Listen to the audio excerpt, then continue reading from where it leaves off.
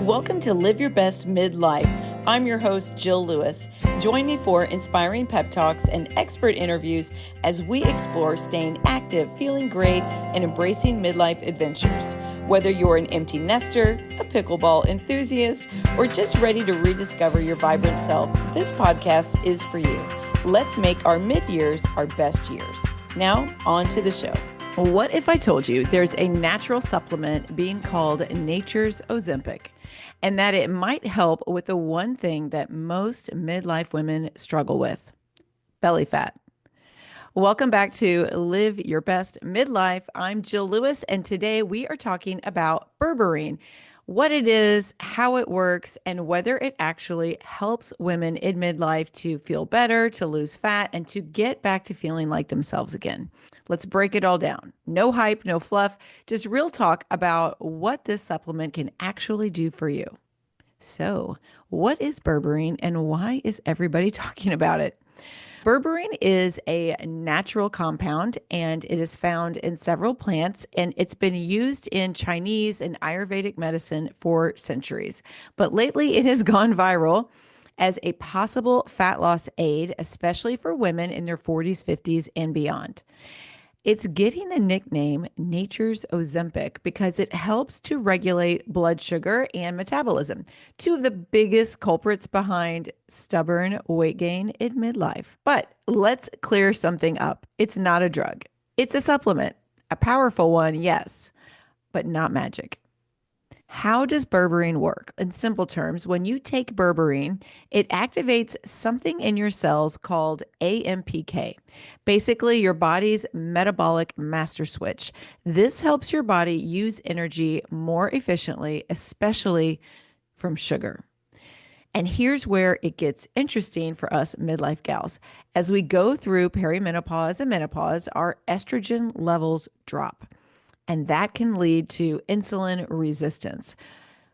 Insulin resistance means your cells stop responding well to insulin, and more sugar stays in your blood instead of being used for energy. And the result is that it gets stored as fat, usually around your belly.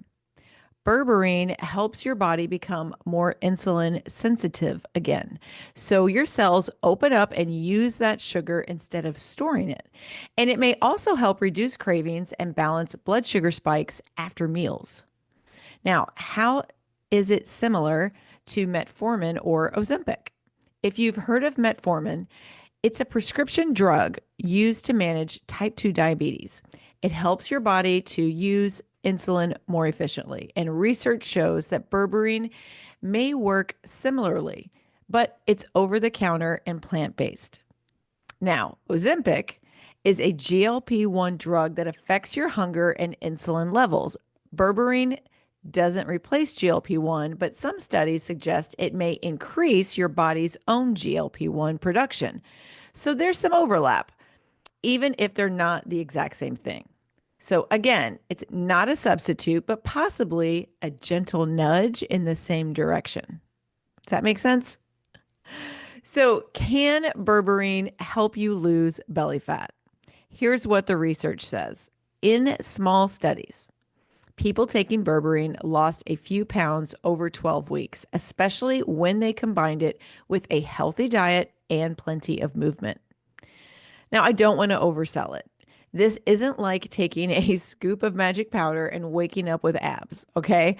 But if you're already working on your nutrition, you're prioritizing protein, you're walking, strength training, and you're getting adequate sleep, Berberine might help amplify those efforts. Think of it like this. Berberine is a supportive tool, not a shortcut. All right. Let's do a little bit of real talk here. What does it actually take to lose belly fat in midlife? I talk to so many women that struggle with this. So I want to take a beat here because I do know how frustrating this can be. You're doing all the things and your genes still don't button. That stubborn belly fat, it's hormonal, it's stress related, it's metabolic, and yes, it's very real. But here's the truth. You cannot out supplement poor sleep, a sedentary lifestyle, a stressful environment, or mindless eating. Trust me, I wish that we could. What works in midlife is stacking your wins. Do you know what I mean by that? It means it's never one thing. You got to stack all these habits together to get the results. So here's what I mean. You've got to eat real food. So reducing the amount of ultra processed foods. Always number one, the first thing that my clients, when they work with me, I'm telling you, the inflammation that they drop and just the bloating that goes away initially from that, from reducing the amount of ultra processed foods, eating real food that was grown in the ground or food that had a mother. So we want to be eating those types of food and especially prioritizing protein. If you don't know what that means to prioritize protein, in the most basic terms, the star of every time you eat needs to be protein. So whenever I have a meal or a snack, I'm like, what's the protein source? That's what I think every time. That is just always what I think. So you're never going to just catch me just grabbing a handful of crackers because in my mind, I'm like, I'm not going to just eat that. There's no protein there. If I'm going to eat, there's going to be protein on the plate, in my hand, somewhere there's going to be protein there. Eat real food, especially protein. Hey, podcast listener, if you're inspired by today's episode and you're ready to take your health journey to the next level, join me for the upcoming round of the Faster Way to Fat Loss. This isn't just another program. This is your ticket to sustainable transformation. We combine strategic nutrition, effective workouts, and my personal coaching to help you burn fat and build lean muscle. No more guesswork, no more frustration, just real results. As your certified coach, I will be with you every step of the way. Together, we will unlock your body's true potential. Spots are filling up fast. Head to today's show notes to get all the details how you can sign up for my next round of the Faster Way to Fat Loss.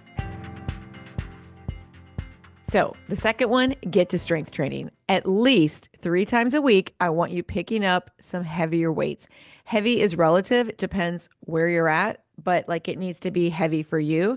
And I'm not talking about the classes where you're lifting little pink weights and they're real tiny and you're just doing tons of reps. I'm talking 3 30-minute sessions a week where you're actually just doing a good old fashioned strength training workout. Okay. You have to walk daily, at least move more than you sit. All right. We don't want to be society just makes us be so sedentary. And as you get older and you no longer have little kids at home, we just become more sedentary and we don't even think about it. So many women are like, Jill, this menopause. And I'm like, is it menopause or are you just not moving as much? So a lot of our problem is that we just need to move more. And not in a way that's actually going out and running, just being more active in your day, standing more than you're sitting. And then, of course, prioritizing sleep and managing stress. Hello, cortisol. We want to keep cortisol in check. Cortisol is not a bad thing, but we can't have chronically elevated cortisol all the time. So cortisol is naturally going to be elevated in the morning and then slowly go down through the day. But we have to be getting that 7 to 9 hours of sleep a night. I'm really working on getting my average to 8 hours. That would be amazing for me. Managing stress, so hard to do, but that needs to be the priority. So a lot of times I'm working with clients and I'm like, yeah, you're doing all these things, but if your sleep is trash and you're constantly stressed, and if you're erasing all of the good things that you're doing. All right, so it's really important. And then, of course, after the right amount of food that you're eating. And let's not forget, if you're trying to lose belly fat, you have to be in a slight calorie deficit. Okay. So once you've done all those things, then consider a helpful tool like Berberine, right? Berberine may help with blood sugar crashes, energy dips, and cravings, which makes everything else more doable. But it works best because of your healthy habits, not instead of them. Cool? All right, other benefits of Berberine. Beyond fat loss, Berberine has been studied for lowering LDL cholesterol and triglycerides, improving gut health and reducing inflammation, supporting women with PCOS, polycystic ovarian syndrome, and possibly improving brain health and mood. So if you're looking for a supplement that gives you more than one benefit, Berberine does check a lot of boxes. Now here's how you take it. And I also want to go over who should not take this. Most people start with 500 milligrams taken 2 to 3 times a day with meals.